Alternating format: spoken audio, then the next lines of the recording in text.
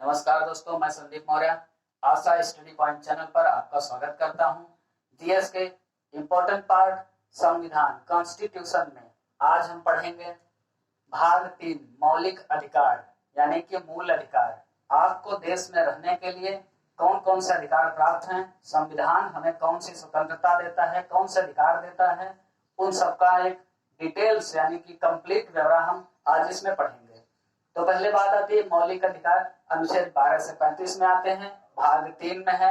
Question ये पूछा जाता है आपसे, और मैंने बताया भी था विदेशी स्रोतों में मौलिक अधिकार कहाँ से लिए गए हैं, तो इसका आंसर आप कमेंट में बताएंगे, ये पढ़ा दिया गया है। दूसरी चीज, संविधान लागू होने के समय हमारे पास टोटल 7 मौलिक अधिकार थे। अभी मैंने ये सब क्या लिखा है इसे मैं अभी बताता हूँ। तो हमारे पास 7 मौलिक अधिकार थे। फिर समय के साथ 44वां संशोधन, मैं से लिख रहा हूं, आप भी इसे नोट्स में लिख लेंगे अपने, संविधान संशोधन कब हुआ? 1978। इंपॉर्टेंट पॉइंट ये लिखेंगे, वेरी इंपॉर्टेंट में 44वां संविधान संशोधन 1978 के तहत भारतीय संविधान में ये मौलिक अधिकारों की लिस्ट में सुधार करते हुए एक अधिकार कम कर दिया गया, और अब कितने बचे? सिर्फ 6 अधिकार। तो जो एक अधिकार कम कर दिया गया वो क्या है, हटाकर कहां कर दिया गया, मौलिक अधिकार नहीं रह गया तो वो क्या बन गया है, इन सब का डिटेल अभी हम देखेंगे। चलिए, तो हमारे पास एक अधिकार था 6वां, संपत्ति का अधिकार, अनुच्छेद 31 में। अब हम इसी क्रम में इसे एक्सप्लेन करेंगे। अभी से अनुच्छेद 31 को क्या कर दिया गया है? निरस्त। तो आप यहाँ लिखेंगे निरसन, निरस्त कर, अनुच्छेद 31 को निरस्त कर। मैंने पिछली वीडियो में बताया है अनुच्छेद 300A, अनुच्छेद 300A के तहत कानूनी अधिकार बना दिया गया है। अब इसका ब्यौरा क्या है, अब इसे डिटेल में बताते हैं कि इसमें क्या लिखा था और अभी क्या हो गया है। चलिए तो शुरू करते हैं। मौलिक अधिकारों के लिए अनुच्छेद 12 से 13 में क्या है? अनुच्छेद 12 और 13 में मौलिक अधिकारों के डिटेल्स, उनकी परिभाषा, उनकी प्रस्तावना, कौन से अधिकार होंगे, अधिकारों के कैटेगरी कैसे बटेगी, कितने प्रकार होंगे, इन सब का ब्यौरा आपको मिलता है अनुच्छेद 12 और 13 में। नेक्स्ट आता है पहला स्वतंत्रता का मौलिक अधिकार है समता का अधिकार यानी समानता का अधिकार।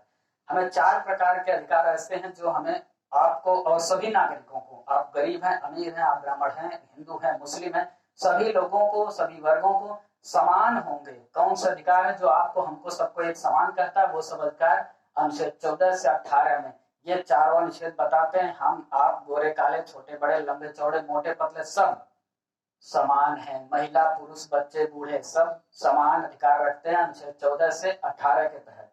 नेक्स्ट आता है स्वतंत्रता का अधिकार।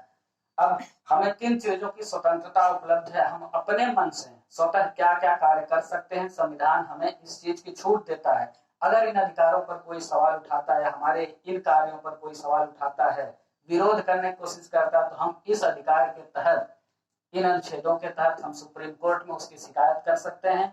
हम अदालत से इसके लिए अपील कर सकते हैं कि हमारे अधिकारों का हनन किया जा रहा है। लेकिन मैंने पिछली वीडियो में बताया था कि राष्ट्रपति किसी भी अधिकार को, कुछ अधिकारों को किसी समय के लिए, किसी विगत परिस्थिति, आपातकालीन परिस्थितियों में हटाया जा सकता है, कम ज्यादा कर सकता है, कुछ समय के लिए रोक सकता है, वो अधिकार राष्ट्रपति को है। तो हम देखते हैं कि स्वतंत्रता का अधिकार अनुच्छेद 19 से 22 तक है। इनकी कंप्लीट डिटेल इसके आगे करते हैं। नेक्स्ट आता है शोषण के विरुद्ध अधिकार। शोषण के विरुद्ध कोई व्यक्ति किसी का शोषण नहीं कर सकता है। कोई आपका शोषण कर रहा है तो आपके खिलाफ कार्रवाई की जाएगी। वो सारे अधिकार 23 और 24 में है। तो आप किसी व्यक्ति का किस तरह शोषण कर रहे थे या कर रहे हैं, इसके खिलाफ कोई आपकी शिकायत या आपका कोई शोषण कर रहा है, आप उसकी शिकायत कोर्ट में कर सकते हैं। वो अधिकार आपको देता है अनुच्छेद 23 और 24। नेक्स्ट देखते हैं चौथा, मौलिक अधिकारों में चौथा भाग क्या है? धार्मिक स्वतंत्रता का अधिकार। आप किस धर्म के हैं, भारत देश में रहने वाले नागरिक हैं, आप किस धर्म के हैं, आप अपने धार्मिक अनुष्ठान कर सकते हैं, पूजा पाठ अपने धर्म कर सकते हैं, अपने देवी देवता की पूजा कर सकते हैं, अपने मन से हवन यज्ञ अपना कर सकते हैं, बिना दूसरे को परेशान या नुकसान किए हुए। तो ये सारे अधिकार आपको दिए जाते हैं अनुच्छेद 25 से 28 में। तो अनुच्छेद 25 और 28, 25 से 28 तक ये अधिकार हमें धार्मिक स्वतंत्रता का अधिकार देता है। नेक्स्ट देखते हैं शिक्षा एवं संस्कृति संबंधी अधिकार। अब हम नागरिक हैं, हमें शिक्षा की भी जरूरत है, संस्कृति की भी। तो हम कोई भी सांस्कृतिक प्रोग्राम जैसे कि त्योहार मनाना, एक बड़ा समागम करना, दशहरा मनाना, ये सब हमारे सांस्कृतिक त्योहार हैं। तो हम इस तरीके की सांस्कृतिक त्योहारों का आयोजन कर सकते हैं।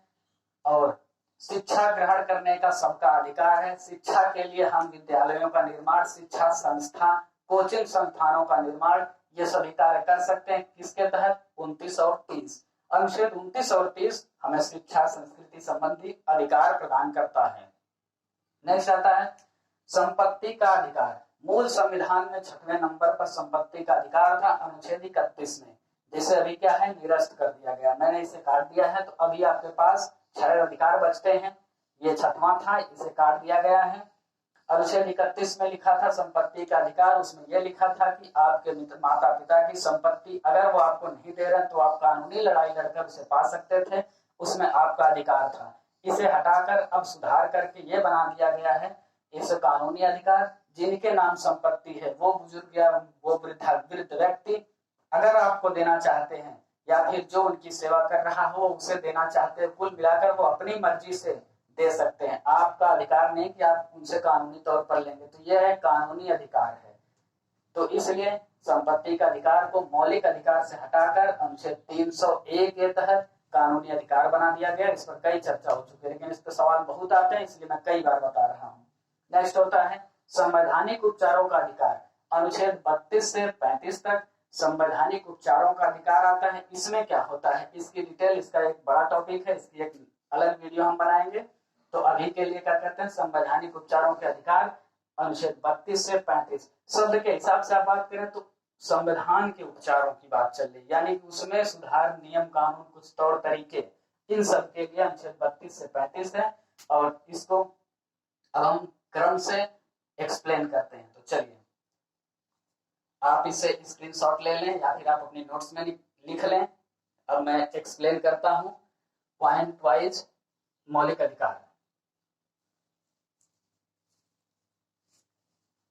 तो प्रस्तावना 12-13 में है। इसके बाद हम शुरू करेंगे अनुच्छेद 14 से, यानी कि समता का अधिकार अनुच्छेद 14 से 18 के बीच आता है, यानी समानता का अधिकार। तो अब हम शुरू करेंगे अनुच्छेद 14।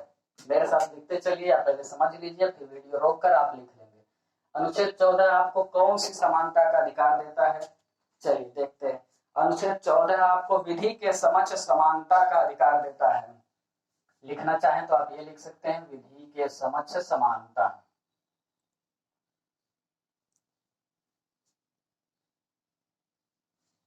अर्थात भारत के सभी नागरिकों के लिए कानून एक होगा और कानून के समक्ष सभी लोग एक समान होंगे, यानी कि कानून के समान सबको एक समान रखा जाएगा, छोटा बड़ा, गरीब अमीर, कोई भी व्यक्ति हो, पुरुष महिला हो।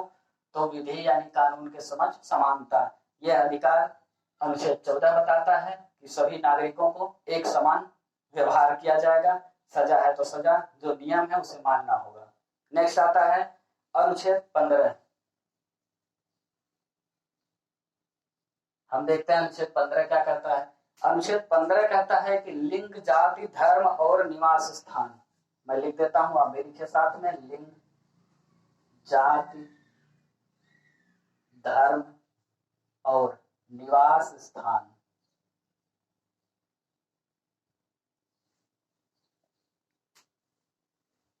इनके आधार पर कोई भी विभेद नहीं किया जाएगा आपसे। मतलब लिंग यानी आप पुल्लिंग यानी पुरुष हैं या स्त्री हैं, आप पुरुष हैं या स्त्री, दोनों मायने में कानून आपके लिए समान है। जाति में आप छोटी जाति, बड़ी जाति, उच्च जाति, नीच जाति, कुछ किसी भी जाति के हैं, कानून आपके लिए समान है। उसके बाद होता है धर्म, आप हिंदू, मुस्लिम, सिख, ईसाई, किसी भी धर्म के हैं, इस पर भी कोई भी विभेद नहीं किया जाएगा। आपने क्राइम किया तो सजा वही होगी जो कानून में लिखित है। तो सबके लिए, आप किसी भी जात के हैं। निवास स्थान की बात आती है, आप पूर्वी भारत के हैं, उत्तरी भारत के, आप बिहार के हैं, आप बंगाल के हैं, आप कश्मीर के हैं, आप राजस्थान के हैं, आप किसी भी क्षेत्र के हैं, इन हालातों में अनुच्छेद 15 समान अधिकार देता है। तो अनुच्छेद 15 के तहत लिंग, जाति, धर्म, निवास स्थान इस आधार पर आपसे कोई भी भेदभाव नहीं किया जा सकता, और अगर कोई कर रहा है तो वह अनुच्छेद 15 के तहत दोषी होगा। नेक्स्ट देखते हैं हम अनुच्छेद 16। अनुच्छेद 16 क्या स्वतंत्रता, आपको क्या समानता देता है? अनुच्छेद 16 कहता है लोक नियोजन के अवसर पर नौकरियों, लोक नियोजन के अवसर यानी नौकरी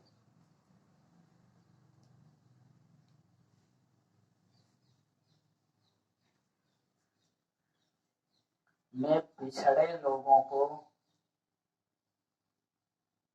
पिछड़ों को आरक्षण।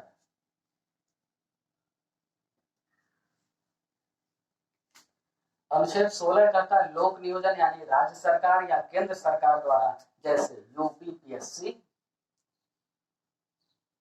या फिर UPSC, Uttar Pradesh public service commission, union public service commission, यानी राज्य सरकार या केंद्र सरकार। इसी तरह एमपीपीएससी, बीपीएससी यानी बिहार, राजस्थान, कोई भी सरकार।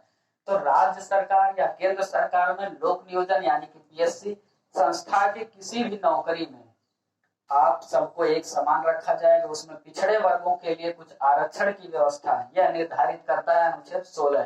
तो अनुच्छेद 16 के तहत लोक नियोजन के अवसर या नौकरियों में पिछड़े वर्ग को, अब पिछड़े वर्ग में जातिगत, क्षेत्रीय, शिक्षा, पैसा रुपया, गरीबी अमीरी, किसी भी मुद्दे पर अगर वो पिछड़े हैं, सरकारें उन्हें लागू करती हैं कि हाँ वो पिछड़े हैं, तो उन्हें उचित आरक्षण का प्रावधान अनुच्छेद 16 करता है, यानी कि आपको भी सबके समान किया जाएगा।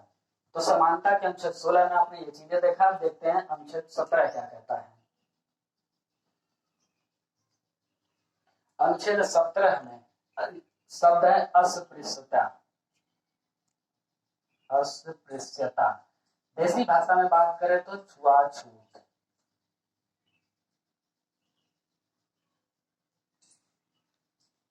अनुच्छेद 17 कहता है कि कोई भी व्यक्ति या भारत का कोई भी नागरिक दूसरे व्यक्ति या नागरिक से किसी भी प्रकार से छुआछूत यानी अस्पृश्यता का भाव नहीं रखेगा।